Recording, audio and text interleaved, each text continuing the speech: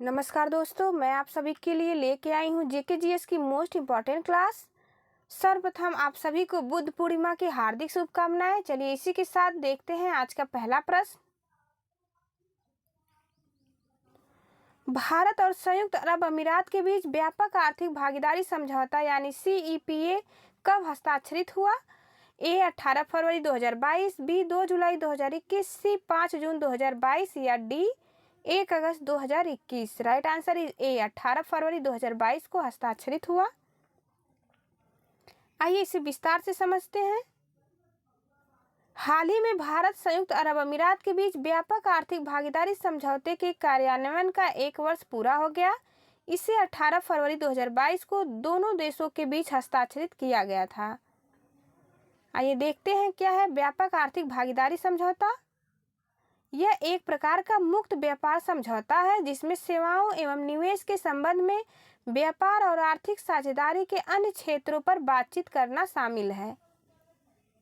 अगला प्रश्न है, मोस्ट इम्पॉर्टेंट क्वेश्चन है, 26 नवंबर 1949 को संविधान का कौन सा प्रावधान लागू नहीं हुआ था? ए नागरिकता, बी संविधान के अस्थायी प्रावधान, सी चुनाव, डी मूल अधिकार। डी इज राइट आंसर, मूल अधिकार लागू नहीं हुआ था। आइए इसका विश्लेषण देखते हैं। 26 नवंबर 1949 को संविधान सभा के अध्यक्ष डॉक्टर राजेंद्र प्रसाद और सदस्यों ने प्रारूप संविधान पर हस्ताक्षरित किए। इसके बाद संविधान की 4 व्यवस्थाओं को तुरंत लागू कर दिया गया था। इनमें शामिल है पहला अंतरिम संसद, दूसरा नागरिकता, तीसरा चुनाव, चौथा संविधान के अस्थायी प्रावधान। अगला प्रश्न है,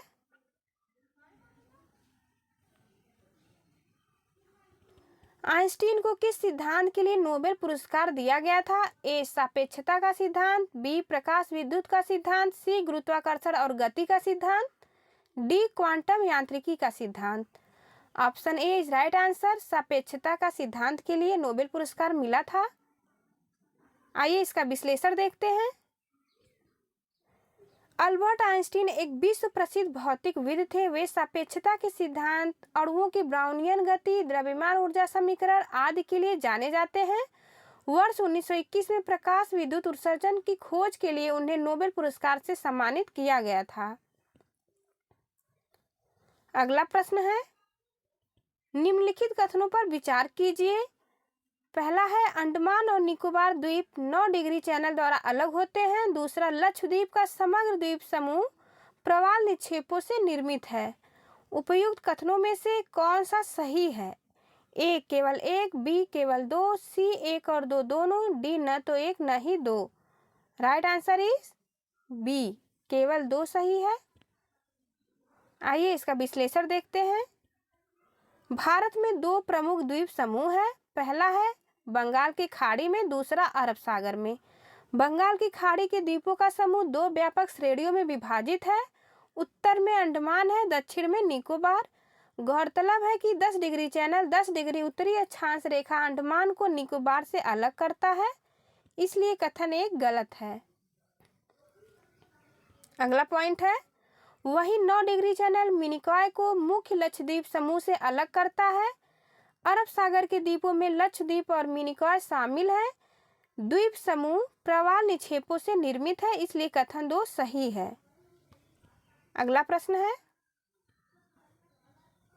विश्व बैंक की स्थापना कब की गई थी? A 1930, B 1939, C 1944, D 1949।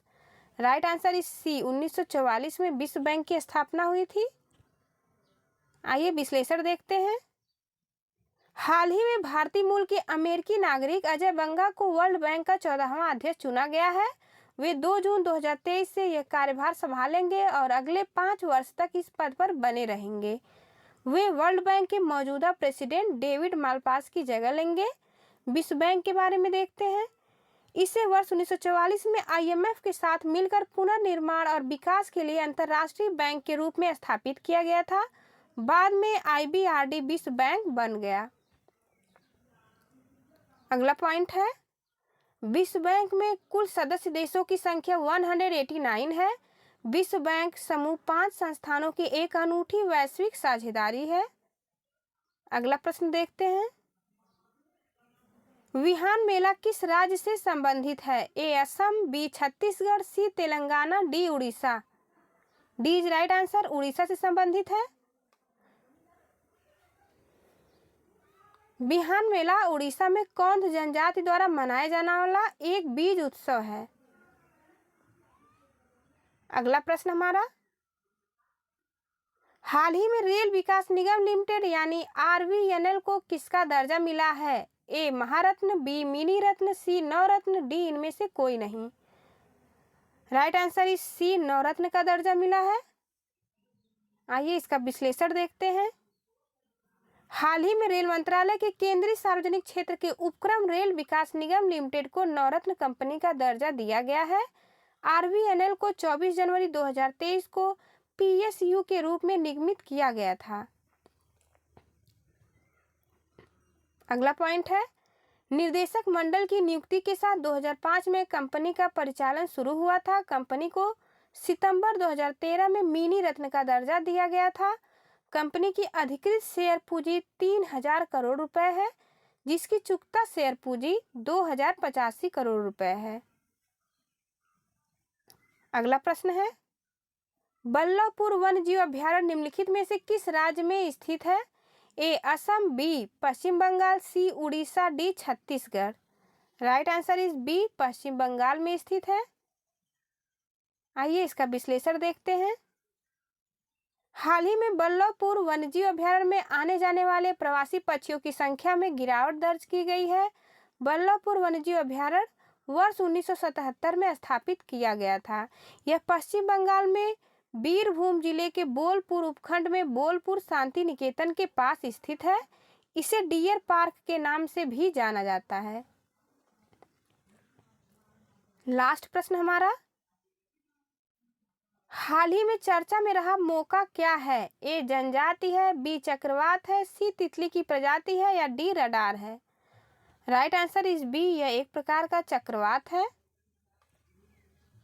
Thank you for watching. चलिए मिलते हैं आपसे अगले वीडियो में, तब तक के लिए नमस्कार।